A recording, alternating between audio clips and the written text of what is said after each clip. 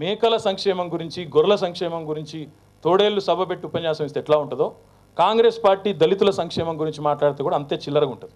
ఒకవేళ నిజంగా కూడా ఈ దేశంలో దళితులు ఒకవేళ ఛార్జ్ షీట్ కనుక వేయాల్సి వస్తే వాళ్ళ మీద జరిగిన అత్యాచారాలకు వాళ్ళ మీద జరిగిన దాడులకి ఈ దేశంలో స్వాతంత్రం వచ్చిన నాటి నుంచి నేటి వరకు A1 ముద్దాయి ఎవరన్నా ఉన్నారు ఈ దేశంలో అంటే ఖచ్చితంగా కాంగ్రెస్ అవుతుంది.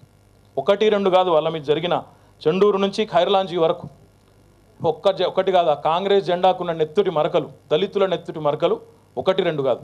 కాబట్టి మాట్లాడే ముందు ఉత్తమ్ కుమార్ రెడ్డి ఒళ్ళు దగ్గర పెట్టుకొని మాట్లాడని చెప్పి హెచ్చరిస్తూ ఉన్నా. ఏం మాట్లాడుతూ ఉన్నావో, ఏం చెప్తా ఉన్నావో 1-2 సార్లు ఆలోచించుకొని ఒళ్ళు దగ్గర పెట్టుకొని మాట్లాడమని చెప్పి నేను హెచ్చరిస్తూ ఉన్నా. ఇసుక మాఫియా విశ్వరూపం చూపిన ఇసుకాసుర పాలన మీది. బకాసురుని పాలన మాదిరిగా ఇసుకాసురుని పాలన జరిగింది ఎప్పుడంటే కాంగ్రెస్ ప్రభుత్వంలో. సంవత్సరానికి 450 కోట్లు లాస్ట్ ఇయర్ వచ్చినప్పుడు, ఈ సంవత్సరం దగ్గర 600 కోట్ల రెవెన్యూ ఇసుక మీద వచ్చినప్పుడు, మరి మీ హయాంలో 10 కోట్లు కూడా ఎందుకు దాటలేదు? ప్రతి సంవత్సరం ఎక్కడ పోయింది మిగతాది?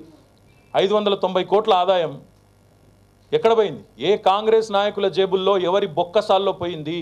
Uttam Kumar Reddy should answer. ఎక్కడ పోయింది ఇసుక మీద వచ్చిన ఆదాయం? ఎప్పుడున్నది మాఫియా? ఎక్కడ ఎవడు చేసిండు ఇసుక దందా? నీ పాట మా పాట? నీతివంతంగా ఈరోజు ఇసుక మీద ప్రజలకు జాతి సంపద అయిన ఇసుకను ప్రజలకు ఆదాయం, ప్రభుత్వ ఖజానాకు ఆదాయం వచ్చే విధంగా మార్పులు చేర్పులు చేసి ఈరోజు ఇంత పెద్ద ఎత్తున ఇసుక మీద ఆదాయం రాష్ట్ర ప్రభుత్వ ఖజానాకు వస్తుంటే మనసున పడతలేదా?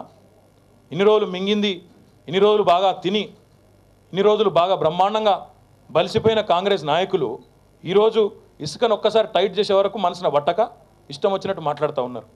నేను అడుగుతా ఉన్నా ఉత్తమ్ కుమార్ రెడ్డి గారిని, ఇదే ప్రామాణికంగా పోయిన సంవత్సరం వచ్చిన 434 కోట్లనే ఆదాయాన్ని ప్రామాణికంగా తీసుకుంటే పోయిన 10 ఏళ్లలో కాంగ్రెస్ ప్రభుత్వ హయాంలో 4000 కోట్ల పైసలకు రావాలి. ఎక్కడ పోయినాయా 4000 కోట్లు? ఏ ఉత్తమ్ కుమార్ రెడ్డి గారి జేబులు నిండినాయా? జానారెడ్డి గారి జేబులు నిండినాయా? జీవన్ రెడ్డి జేబులు నిండినాయా? లేక ఇంకో నాయకుడి జేబులు నిండినాయా? ఎవరి దగ్గర పోయింది? చెప్పండి ముందు సమాధానం. సిరిసిల్లలో సభ పెడతా, నేరెళ్ళకు పోతా, చెప్పు సమాధానం చెప్పు. సభలు పెట్టే ముందు, డ్రామాలు ఆడే ముందు, దళితుల మీద లేని ప్రేమను కురిపించే ముందు మా ప్రశ్నకు సమాధానం చెప్పమని నిలదీస్తా ఉన్నాను.